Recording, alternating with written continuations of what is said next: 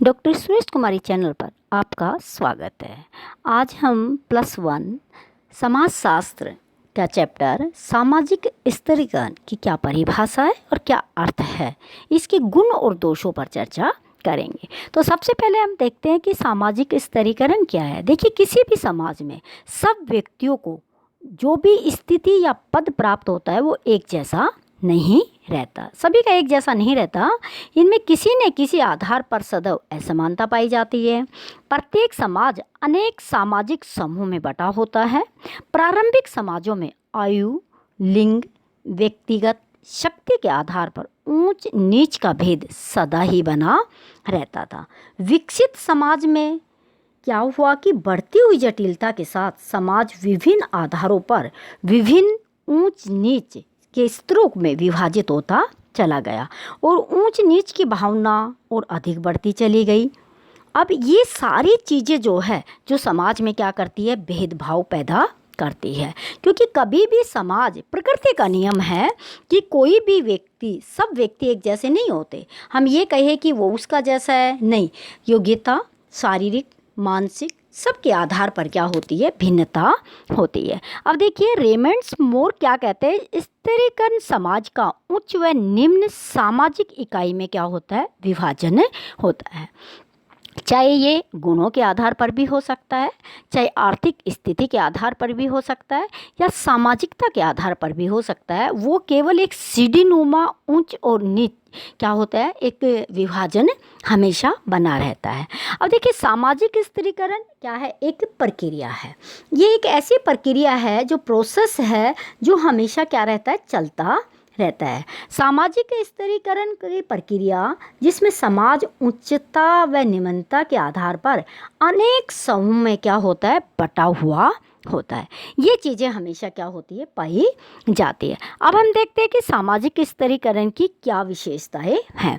सबसे पहले, सामाजिक स्तरीकरण की प्रकृति एक सामाजिक होती है। देखिए, इसको बनाया नहीं जाता है। सामाजिक स्तरीकरण कुछ व्यक्तियों तक ही सीमित नहीं होता, वरन ये संपूर्ण समाज में, संपूर्ण वर्ग में पाया जाता है। ये कुछ मूल्य, व्यवहार, आदर्शों को कुछ को स्वीकार करते हैं और सामाजिकरण के द्वारा सामाजिक मापदंडों को ये क्या करता है, लोगों को सिखाता है कि उसको किस तरीके से अलग अलग समाज में, कुछ समाज में ऊंचा वर्ग है और कुछ समाज में क्या है, नीचा वर्ग है। उसके आधार पर इसको क्या किया जाता है, स्वीकार किया जाता है। सेकंड विशेषता क्या है सामाजिक स्तरीकरण की, स्तरीकरण काफ़ी पुराना है। अब हम ये कहें कि ये आधुनिक समय की बात है, ऐसा नहीं है।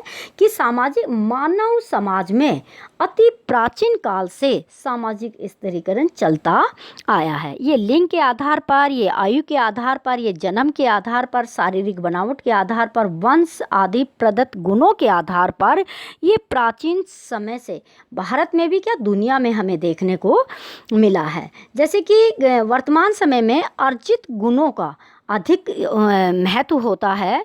अपनी योग्यता के आधार पर लोग क्या करते हैं, अपने लेवल को बदल लेते हैं। मार्क्स के अनुसार प्रत्येक युग में समाज में 2 वर्ग होते हैं, एक श्रमिक वर्ग और एक पूंजीपति वर्ग। ऐसा कार्ल मार्क्स का मानना है। तो ये नहीं कह सकते कि सामाजिक स्तरीकरण अभी होने लगा है भेदभाव का, ये बहुत पुरानी क्या है, व्यवस्था है। अब हम देखते हैं कि हर एक समाज में स्तरीकरण होता है। अगर हम ये कहें कि सामाजिक स्तरीकरण की हिंदू समाज में होता है, ऐसा नहीं है।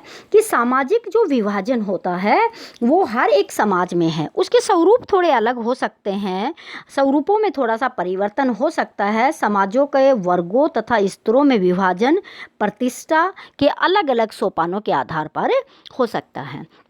स्तरीकरण प्रमाणिक है। अब कहते हैं कि इसका एक रूप नहीं है, इसके अनेक रूप है। अनेक रूप का ये देखें, देश, काल और समय के अनुसार क्या होता है, इसके अनेक रूप होते हैं। उदाहरण के तौर पर हम कहें, भारत में जाति प्रथा के आधार पर लोगों का स्थिति विभाजित की गई, जबकि यूरोप में वर्ग व्यवस्था को अधिक महत्व दिया गया। मध्य युग में दास तथा स्वाम्य स्तरीकरण के दो प्रमुख स्वरूप देखने को आए। इसी प्रकार सामाजिक स्तरीकरण का स्वरूप देश, काल, परिस्थिति और संस्कृति को क्या करता है, बहुत हद तक प्रभावित करता है। अब हम देखते हैं कि स्तरीकरण परिणामिक है, यानी कि क्या होता है, इसका मतलब कि सामाजिक लेवल जो होता है वो परिणामिक है। ये समाज में असमानता उत्पन्न करता है। इस असमानता को हम जीवन जीने के अवसर एवं जीवन शैली में देख सकते हैं।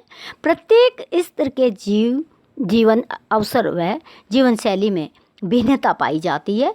एक व्यक्ति जिस प्रकार अपने जीविका को कैसे साधन अपनाएगा, कैसा मनोरंजन करेगा, कैसे शिक्षा प्राप्त करेगा, किन पुस्तकों को पसंद करेगा, माता पिता व मित्रों से कैसे संबंध रखेगा, ये सब उसके सामाजिक लेवल पर क्या करता है, निर्भर करता है। तो ये सामाजिक स्तरीकरण की क्या है, विशेषताएं हैं। तो इसका मतलब क्या है, समय, परिस्थिति, समाज के अनुसार ये रहता है, लेकिन ये विद्यमान हर जगह रहेगा और प्राचीन समय से रहता आया है। अब हम देखते हैं कि सामाजिक स्तरीकरण के गुण क्या है। जो समाजशास्त्री इसको अच्छा मानते हैं उनका ये कहना है कि एक स्वस्थ समाज के निर्माण में सामाजिक लेवल का होना जरूरी है, जिससे मानवीय प्रगति का क्या होता है, महत्वपूर्ण आधार होता है।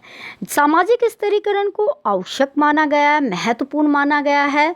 उसके पीछे का कुछ समाजशास्त्री एक कारण मानते हैं कि समाज में सामाजिक स्तरीकरण क्यों आवश्यक है, इसका क्या महत्व है, इसके कार्य क्या है। इस पर जब चर्चा की जाती है तो उत्तर सभी समझदार व्यक्ति जानते हैं। बिना इसके सामाजिक जीवन का सुचारू रूप से चलना, मानवीय आवश्यकताओं को पूरा करना क्या होता है, बड़ा मुश्किल होता है। स्वस्थ समाज में सामाजिक लेवल का एक मानवीय प्रगति के रूप में होना जरूरी है। स्थिति और कार्यों का क्या करता है, निर्धारण होता है। अब देखिए, समाज के अंदर किसी व्यक्ति के क्या पद है, किसी व्यक्ति के क्या कार्य हैं, ये अगर सामाजिक स्तरीकरण है तो उसको क्या किया जाता है, निर्धारित किया जाता है।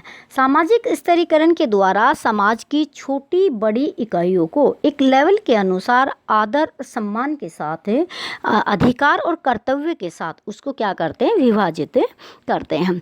सामाजिक संबंध के रूप में निर्धारण। अब सामाजिक स्तरीकरण है वो सामाजिक संबंध के रूप को भी परिभाषित करता है। बहुत सारे पद और कार्यों का निर्धारण हो जाने पर व्यक्ति या समूह समाज में विभिन्न क्षेत्रों में विभिन्न प्रकार के संबंधों का क्या करता है, निर्माण करता है। समाज एक अखंड व्यवस्था नहीं है, वरन क्षेत्रों के संबंधों की भी संरचनाएं बनती रहती है, उपसंरचनाएं भी होती है, और इन सब उपसंरचनाओं में शामिल करने के बाद सामाजिक संरचना बनती है। इस प्रकार प्रत्यक्ष रूप से सामाजिक स्तरीकरण सामाजिक संबंधों के स्वरूप को निश्चित करता है। वो चाहे जातीय सामाजिक स्तरीकरण निश्चित करता है या फिर जातियों में खाने पीने, व्यवहार, अन्य संबंधों के आधार पर होता है। ये एक मानसिक निश्चितता है।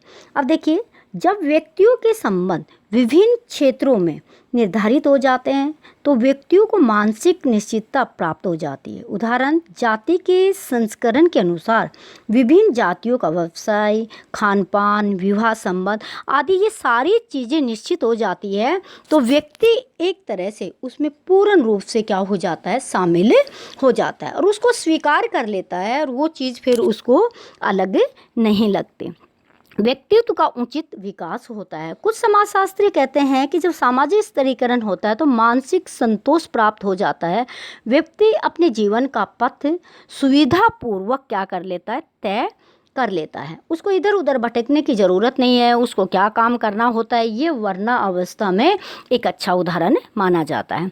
मानवीय आवश्यकताओं की क्या होती है, पूर्ति होती है। जहाँ सामाजिक स्तरीकरण होता है उसके द्वारा समाज की विभिन्न इकाइयाँ अपना अपना कार्य का निर्धारण और अपनी अपनी आवश्यकता की पूर्ति का काम कर लेती है। नेक्स्ट है कि व्यक्ति व्यवहार पर नियंत्रण होता है। सामाजिक स्तरीकरण से व्यक्ति के व्यवहार पर क्या किया जाता है, नियंत्रण किया जाता है कि उसको किन अवस्थाओं में रहना है, क्या काम करना है। सामाजिक संतुलन कायम होता है, जिसमें समाज में अगर लेवल के आधार पर सभी के काम अलग अलग निर्धारित होता है तो कोई किसी के क्षेत्र में प्रवेश नहीं करता, कोई किसी तरह का गतिरोध नहीं होता। सरल श्रम विभाजन होता है। वर्ण व्यवस्था में जब 4 वर्णों में कामों का विभाजन किया गया तो यहाँ पर काम के लिए कोई किसी की मारामारी नहीं होती, कौन किसके क्षेत्र में प्रवेश करता है, यानी कि हर एक व्यक्ति का मौलिक काम है, उसको अपने पिता के बाद उसी काम को वो क्या करते हैं, आराम से संभाल लेते हैं। सामाजिक संघर्ष से बचाव होता है।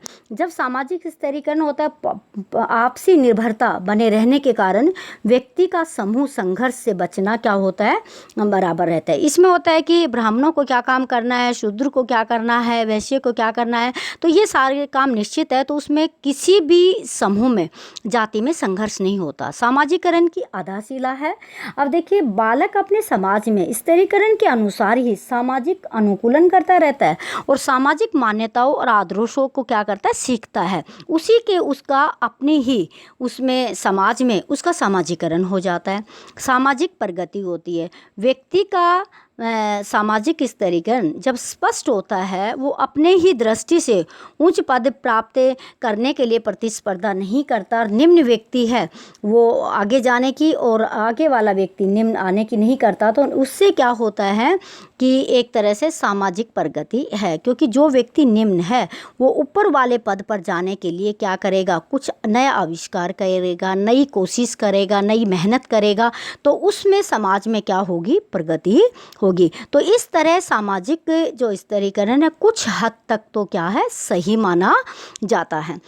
अब कुछ समाजशास्त्री जो इसके पक्ष में नहीं है वो इनके दोषों को देखते हैं। वो कहते हैं कि सामाजिक स्तरीकरण में क्या नहीं, एक तो देखिए वर्ग चेतना व पक्षपात। अब कहते हैं कि जब समाज के अंदर हमें समानता से जीने का अधिकार है, हम व्यक्तियों को उच्च वर्ग और निम्न वर्ग में विभाजित कर देते हैं, तो समाज में क्या होता है, पक्षपात होता है और ये मानवता के खिलाफ है, ये नहीं होना चाहिए।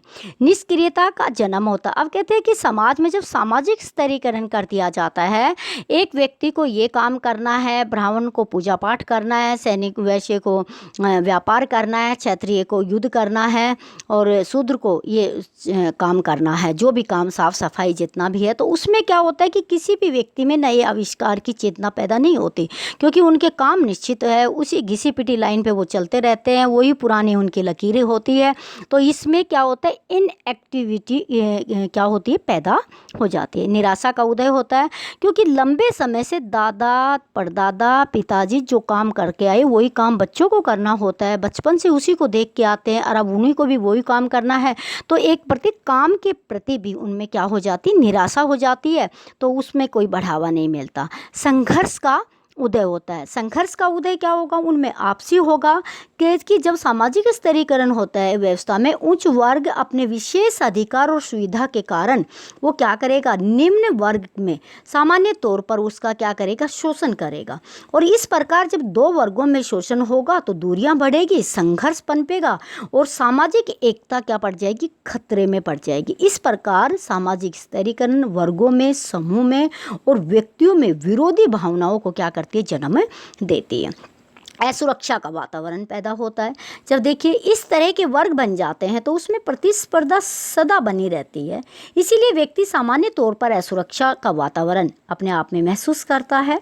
और कई बार ऐसा देखा जाता है कि व्यक्ति उच्च पद पर पहुंच जाने के बाद भी उच्च पद को नहीं बना के रखा, कभी कभी तो उसे पुनः निम्न पर आना ही पड़ता है। ऐसी स्थिति में वास्तव में उसको असुरक्षा की भावना हो जाती है, व्यक्तित्व के विकास में बाधा करते हैं। अब कहते हैं कि जब हम वर्गों में समाज को बांट देते हैं, ऊंच नीच में बांट देते हैं समाज को, तो उसमें क्या होता है, निम्न वर्ग कहे जाने वाले समूह से लोगों में हीनता की भावना घर कर जाती है और उसका रिजल्ट ये होता है कि लोग अपने व्यक्तित्व का उचित विकास नहीं कर पाते। अंतिम तौर पर वह हीनता की भावना से ग्रस्त हो जाते हैं और उनका व्यक्तित्व क्या होता है, बिखर जाता है। समानता का विरोधी है। अब देखिए हम समानता की बात करते हैं समाज में, लेकिन जब समाज में हम सामाजिक स्तरीकरण असमानता को क्या करते हैं, बना देते हैं, तो असमानता को समाज में स्थापित कर देते हैं, जिसके कारण क्या होता है, सब लोगों को व्यवहारिक तौर पर समान अधिकार और सुविधाएं उपलब्ध नहीं हो पाती। अनेक समस्याओं का उदय। और भी बहुत सारी समस्या पैदा होती है। छुटपुट समस्याएं हैं, जैसे सामाजिक वर्ग बनाएंगे तो अनेक बुराइयां व समस्याओं के लिए उत्तरदायी है। भारत जैसे बंद समाज में जातीय प्रतिबंधों जैसे ऊंच नीच, घृणा आदि से अस्पृश्यता, जातिवाद, हीनता, निर्धनता, बेकारी आदि अनेक समस्याओं को उत्पन्न किया जाता है। आज का भारतीय समाज भी इन समस्याओं से पीड़ित है। कितनी ही एजुकेशन प्राप्त कर ली हो, कितना ही हमें काम कर लिया हो, लेकिन फिर भी वर्ग, जाति और वर्ग के आधार पर सामाजिक लेवल उच्च वर्ग और निम्न वर्ग भारतीय समाज में कायम है। इसको क्या करना है, हमें ख़त्म करना है। इस चैप्टर में इतना ही। वीडियो आपका पसंद आ रहा है तो आप लाइक कीजिएगा, इसको शेयर कीजिएगा और चैनल पे नए हैं तो सब्सक्राइब कीजिएगा। Thank you.